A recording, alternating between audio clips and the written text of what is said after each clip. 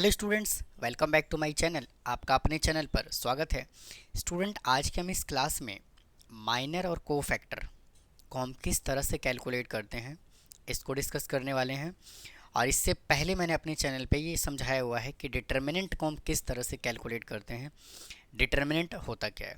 तो आइए आज की सेशन को शुरू करते हैं, यानी कि आज की कहानी को शुरू करते हैं और बात करते हैं माइनर्स और कोफैक्टर की कहानी को। आइए समझते हैं। देखिए स्टूडेंट, पहली बात तो ये कि जब भी हम माइनर और कोफैक्टर कैलकुलेट करते हैं हमेशा हम एक स्क्वायर मैट्रिक्स का ही कैलकुलेट करते हैं। अगर कोई मैट्रिक्स स्क्वायर मैट्रिक्स गिवन नहीं है तो हम उनका माइनर कैलकुलेट नहीं कर सकते। तो देखिए माइनर कैलकुलेट करते कैसे हैं। सबसे पहले मैं क्या करता हूँ, एक 2 × 2 ऑर्डर का मैट्रिक्स कंसिडर कर लेता हूँ। उसके बाद समझाता हूँ कि माइनर हम कैसे निकालते हैं।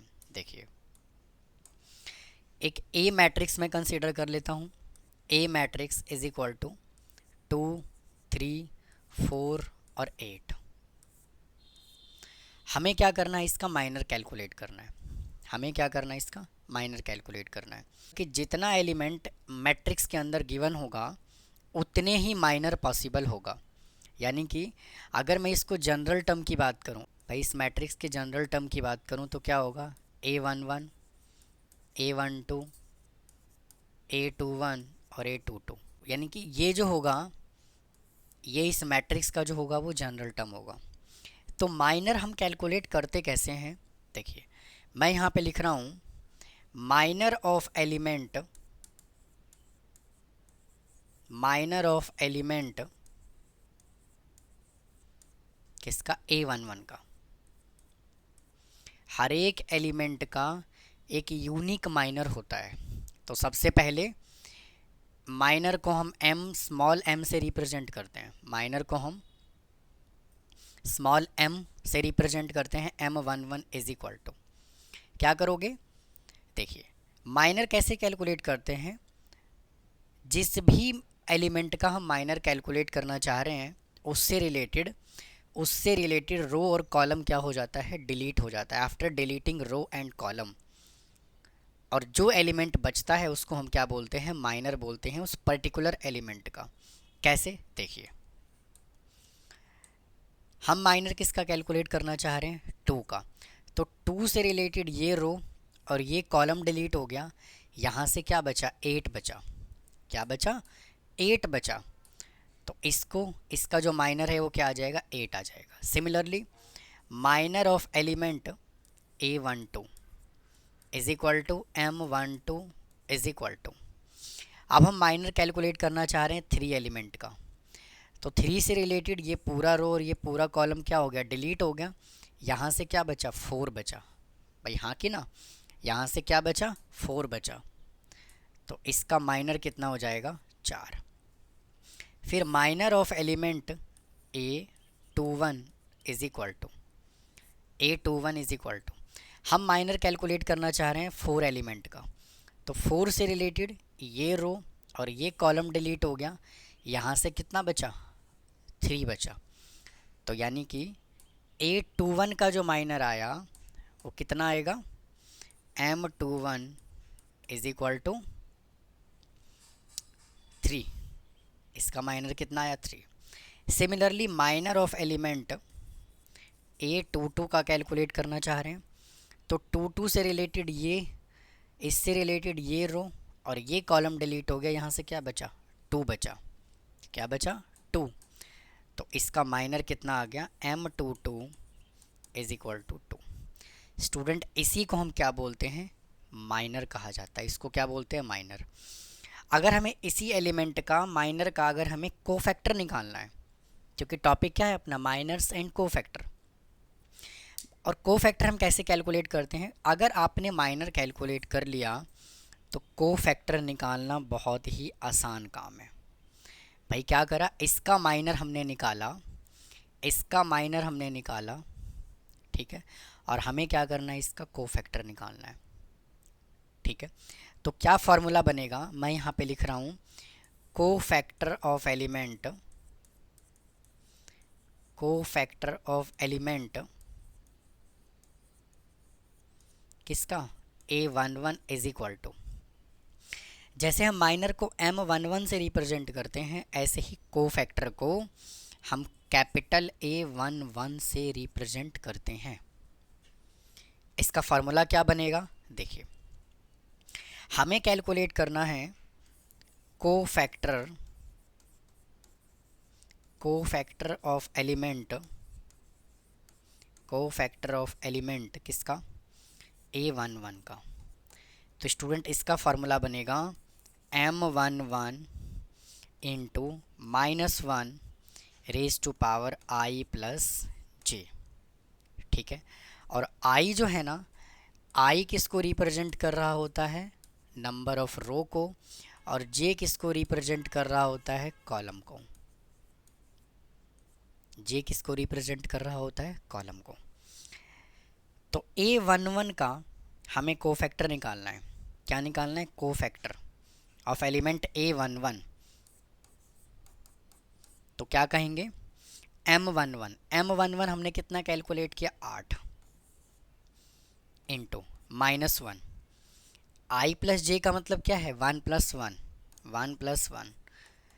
तो 8 इंटू -1 रेज टू पावर 2 कितना होगा, +1 होगा, तो इसका आंसर कितना आ गया, 8 आ गया। तो इसका जो माइनर है, सॉरी कोफैक्टर है, वो कितना आ गया, 8। अभी मैं इसके कंक्लूज़न पर भी लेकर के चलूँगा। उसके बाद कोफैक्टर ऑफ एलिमेंट A12 निकालना है, is equal to A12 is equal to, क्या आंसर आएगा, देखिए वापस से स्टूडेंट हमें क्या करना है भाई, हमें जो माइनर कैलकुलेट करना है वो किसका कैलकुलेट, हमें कोफैक्टर किसका कैलकुलेट करना है, एलिमेंट ऑफ 1 2 का, किसका, 1 2 का। तो यहाँ पे लिखोगे क्या आप, M12 into -1 raise to power I plus J, मतलब M12 हमने कितना कैलकुलेट कर लिया, 4 इंटू -1 रेज टू पावर 1 + 2, कितना आएगा, 4 into -1 raise to power 3 is equal to 4 into -1 is equal to -4। तो इसका आंसर कितना आया, -4, ठीक है। तो स्टूडेंट ये तो एक पर्टिकुलर एक यूनिक फार्मूला होता है कि जिस भी पर्टिकुलर एलिमेंट का हमें माइनर कैलकुलेट करना है, सॉरी जिस भी पर्टिकुलर एलिमेंट का हमें कोफैक्टर कैलकुलेट करना है, हमें उसके अंदर ये वाला फार्मूला अप्लाई करना पड़ेगा। कौन से वाला, ये वाला। लेकिन आपको हमेशा ऑलवेज ऐसा नहीं करना। क्यों नहीं करना, मैं बताता हूँ आपको। यहाँ पे अगर हमें A21 एलिमेंट का माइनर कैलकुलेट करना है तो क्या करोगे, देखो आप सिंपल सी कहानी, बहुत सिंपल चीज़ है, इसको ऐड करिए, इसको ऐड करो 21 को ऐड करोगे तो क्या आएगा, ऑड आएगा। क्या आएगा, ऑड आएगा। और जब ऑड नंबर होगा तो जो आपने माइनर निकाला है उसका साइन चेंज कर देना है। अगर -3 है तो +3 कोफैक्टर हो जाएगा, और अगर +3 है तो -3 कोफैक्टर हो जाएगा। तो यहाँ पे क्या है, +3 है, तो इसका कोफैक्टर कितना आ जाएगा, -3 आ जाएगा, ठीक है।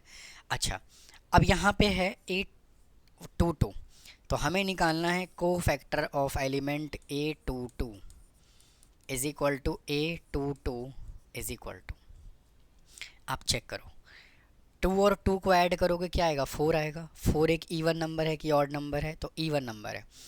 अगर इवन नंबर होगा तो आपका एज इट इज़ माइनर ही कोफैक्टर हो जाएगा, माइनर ही क्या हो जाएगा, कोफैक्टर हो जाएगा। तो यहाँ पे क्या लिखोगे, आंसर 2। तो आपका कोफैक्टर क्या आ गया, 8 -4 -3 और 2। तो उम्मीद है आपको समझ में आया होगा कि माइनर हम कैसे कैलकुलेट करते हैं और कोफैक्टर हम कैसे कैलकुलेट करते हैं। अब आइए एक और मैट्रिक्स कंसीडर करेंगे, और इस बार मैं मैट्रिक्स जो लेने वाला हूँ वो क्या होगा, 3 × 3 ऑर्डर का मैट्रिक्स होगा। हम उसका माइनर कैसे कैलकुलेट करते हैं, देखिए एक मैट्रिक्स ले लेते हैं, क्या, A इज इक्वल टू 3 -2 4 1 3 -5 601। भाई एक मैट्रिक्स हमने ये ले लिया। अच्छा, इस मैट्रिक्स का जनरल फॉर्म कौन सा होगा? A11, A12, A13, A21, A22, A23, A31, A32 और A33।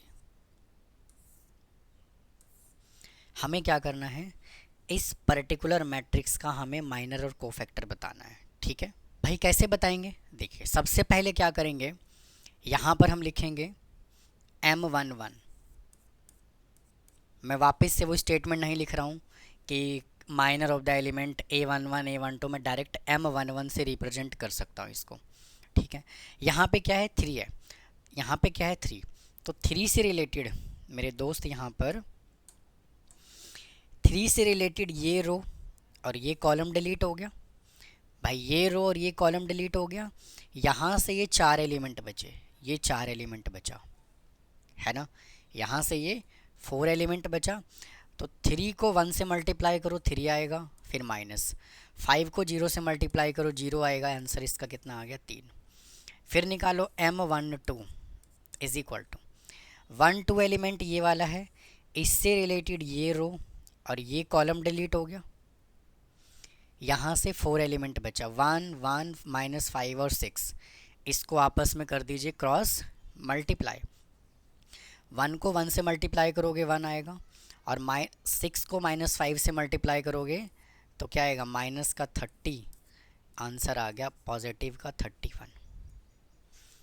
फिर M13 निकालोगे, 13 जो है वो ये वाला एलिमेंट होगा, इससे रिलेटेड ये रो ये कॉलम डिलीट हो गया, यहाँ से ये 4 एलिमेंट बचा, तो इन चारों एलिमेंट को क्या करना है, क्रॉस मल्टीप्लाई करना है। 1 को 0 से मल्टीप्लाई करोगे 0, और 6 को 3 से मल्टीप्लाई करोगे माइनस का 18, तो आंसर कितना आ गया, माइनस का 18। फिर M21 कैलकुलेट करोगे, 21 यानी कि ये वाला 1 इसका माइनर, तो इससे रिलेटेड ये रो और ये कॉलम डिलीट हो गया, यहाँ से ये 4 एलिमेंट बचा, -2 1 4 और 0, इसको क्रॉस मल्टीप्लाई कर दीजिए, -2 इंटू 1 -2 और 0 इंटू 4 0, आंसर कितना आया, -2।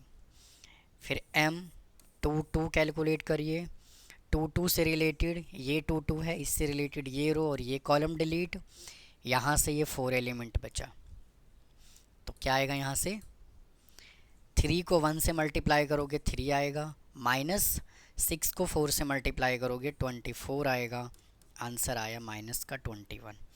फिर M23 कैलकुलेट करोगे, 23 एलिमेंट ये है, इससे रिलेटेड ये रो और ये कॉलम डिलीट, यहाँ से ये 4 एलिमेंट बचा, 3 0 -2 और 6, तो 3 को 0 से मल्टीप्लाई करो 0 आएगा, और 6 को 2 से मल्टीप्लाई करो तो माइनस, और माइनस का 12 इज इक्वल टू प्लस का 12। उसके बाद M31 कैलकुलेट करना है, 31 से रिलेटेड ये रो और 31 से रिलेटेड 6 से रिलेटेड ये रो ये कॉलम डिलीट, ये 4 एलिमेंट बच गया, इन चारों एलिमेंट को क्रॉस मल्टीप्लाई करेंगे तो क्या आएगा, -2 को -5 से मल्टीप्लाई करोगे तो पॉजिटिव का 10 आएगा, और 3 को 4 से मल्टीप्लाई करोगे माइनस का 12 आएगा, इज इक्वल टू -2। फिर M32 इज इक्वल टू 32 से रिलेटेड ये 32 है, इससे रिलेटेड ये वाला रो और ये कॉलम डिलीट हो गया, यानी कि ये और ये डिलीट हो गया, तो यहाँ से क्या बचा आपके पास, 3 इंटू -5 माइनस का 15, और 1 इंटू 4 माइनस का 4 इज इक्वल टू -19। फिर ये 1 बचा, 1 से रिलेटेड ये रो ये कॉलम डिलीट हो गया, तो यहाँ से क्या आया, 3 3 जा 9, M33 इज इक्वल टू 9 माइनस +2 इज इक्वल टू 11। तो स्टूडेंट हम इस तरह से माइनर को कैलकुलेट करते हैं। अब इसी का हमें क्या करना है भैया, कोफैक्टर निकाल देना है। क्या करना है, कोफैक्टर निकालना है। तो कोफैक्टर निकालने के लिए A11 is equal to A11 is equal to क्या करोगे, 1 1 ऑड है कि इवन है भाई, आप मुझे बताओ ना। आप मुझे बताइए कि 1 1 ऑड है कि इवन है, दोनों को ऐड करोगे तो ये इवन है, तो माइनर ही क्या हो जाएगा, कोफैक्टर हो जाएगा +3। A12 A12 1 2 ऑड है कि इवन है भाई, 1 2 को ऐड करोगे तो इवन है कि ऑड है, कैसे ऐसे भाई, 1 + 2 ऐसे, ठीक है ना।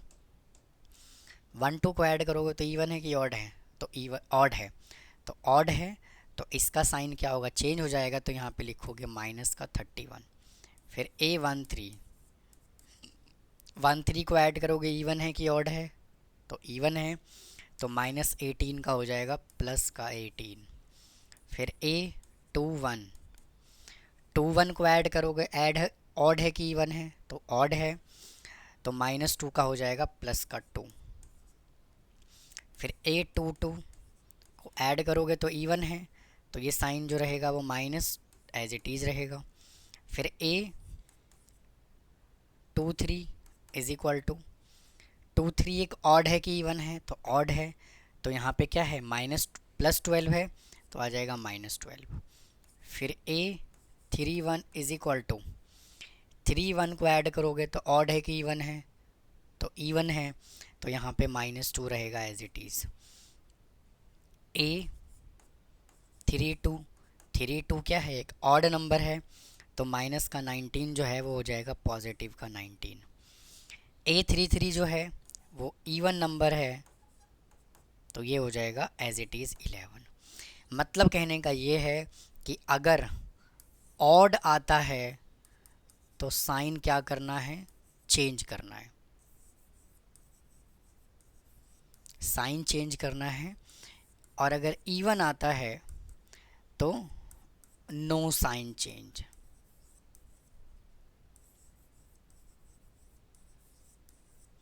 माइनर ही क्या हो जाएगा, कोफैक्टर हो जाएगा। तो इस तरह से हम माइनर और कोफैक्टर को कैलकुलेट करते हैं। तो उम्मीद है स्टूडेंट आपको यहाँ तक ये समझ में आ गया होगा कि एक्चुअल में माइनर और कोफैक्टर को हम किस तरह से कैलकुलेट करते हैं, ठीक है। अब एक छोटी सी बात और है, देखिए स्टूडेंट, जब भी हम माइनर और कोफैक्टर को कैलकुलेट करते हैं ना, जब भी हम माइनर कोफैक्टर को कैलकुलेट करते हैं तो कहाँ कहाँ पर, मतलब किस किस एलिमेंट के पास साइन चेंज होता है। देखिए एक तो मेरे दोस्त साइन यहाँ चेंज होगा क्योंकि 1 2 है, एक साइन यहाँ चेंज होगा, एक साइन आपका यहाँ चेंज होगा, और एक साइन मेरे दोस्त यहाँ चेंज होगा, ठीक है, इस तरह से, ठीक है। और इसको हम क्या बोलते हैं, डायमंड शेप एलिमेंट भी बोल सकते हैं।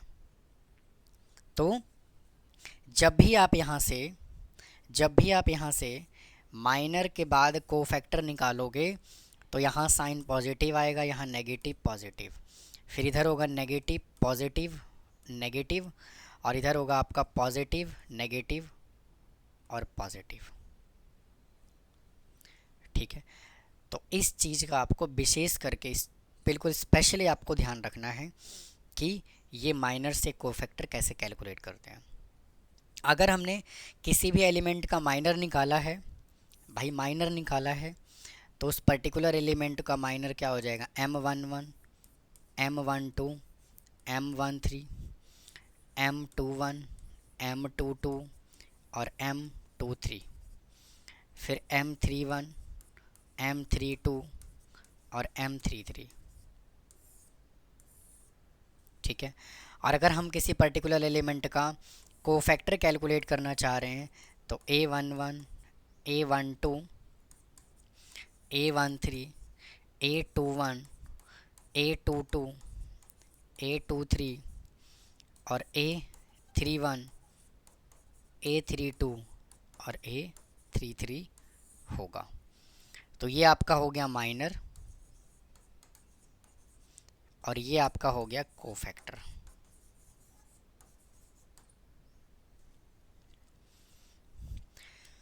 तो उम्मीद है स्टूडेंट आपको ये कहानी समझ में आई होगी, मतलब कि माइनर और कोफैक्टर को हम किस तरह से कैलकुलेट करते हैं। तो स्टूडेंट आज के वीडियो में इतना ही रखते हैं, और भी जो कुछ न्यू कॉन्सेप्ट है वो नेक्स्ट वीडियो में लेकर के आऊँगा। तो फ़िलहाल के लिए इतना ही। थैंक यू, धन्यवाद।